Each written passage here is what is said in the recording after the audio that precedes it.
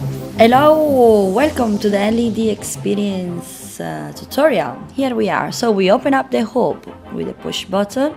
We see the cable coming out. In your hoop probably there is less cable. However, we have the battery there. We connect the battery from the hard part and we push in the battery. So here we can close the hoop. So we have our bracelet with our magnet. So when we put on the magnet and the bracelet, this is our switch on and switch off bracelet. So here is switch off, switch on, and programmation mode. When it's green, it's definitely on programmation mode, so the Wi-Fi is activated, or Wi-Fi. We go into the PC. We look for the LED hoop Wi-Fi and we connect and type in ledhoop.com. Here we are. That's the application that has been made just for this hoop. So we have 3 tabs: program, updates, and setting. In the program tab, which is the main tab that you're gonna use, we have the timeline bit, which is basically the sequence of your patterns that are reflected in your hoops. We can change the time, for example, seconds, 34, 1 minute. We can make the sequence go smaller, so let's say we have more patterns there, or bigger, depending how you want to visualize that. Then we have the effect library, which will have all the patterns there. You can pick up something from the effect library and leave it in your timeline. So let's say you're building your new sequence. If you don't like some of the pattern that you added to the timeline, don't worry, you can push it toward the rubbish bin. Okay, so we go down to the effect library. Let's say we want to change the name of this pattern. We can call it, for example, diamonds. Save. So you can personalize the name of your patterns. Then you can pick it up and bring it to the timeline. Oh, I just realized I have 2 there. Oh, don't worry, you can pick it up and push it to the rubbish bin. So going back to the effect library, I suggest you put just the one that you really need. You'll have a folder into your computer, and you can always upload your own patterns.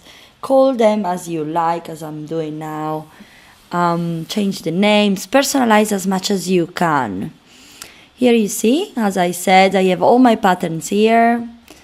So I don't need to have all of them charged into my library. I can just pick up one, save the name as the application obviously tells you if you have some other patterns with the same name, so you can have different names.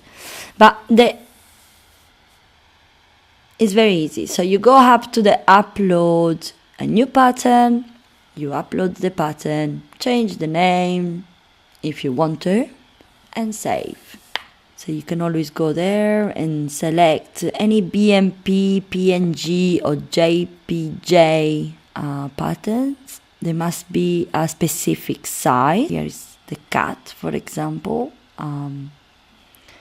Let's say I don't like the cat, I don't want in my library, I remove it with the rubbish bin. So it's pretty straightforward. You upload new patterns, you have an effect library, and you have timeline.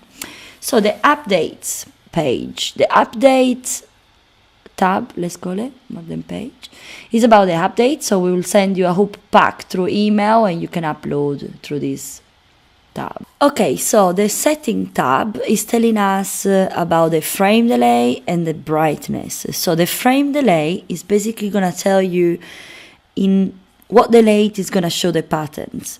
I've tested this with logos, for example, and I've noticed that when I put up the frame delay to 4 or to 5, the pattern will be projected slower. Therefore, the design or the pattern will be shown much better. So you need to play with that and see, depending on the pattern that you want to project, what type of delay you need to be able to see that pattern. Then the brightness. The brightness is very important because it's gonna interfere with the battery life.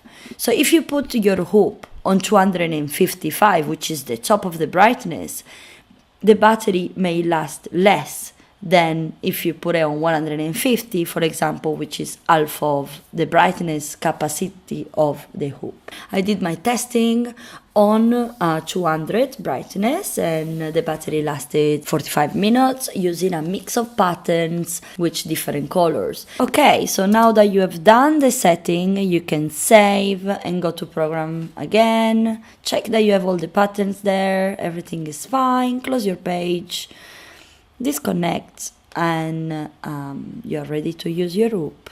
The sequence is completed. Take off the bracelet. Hoop on.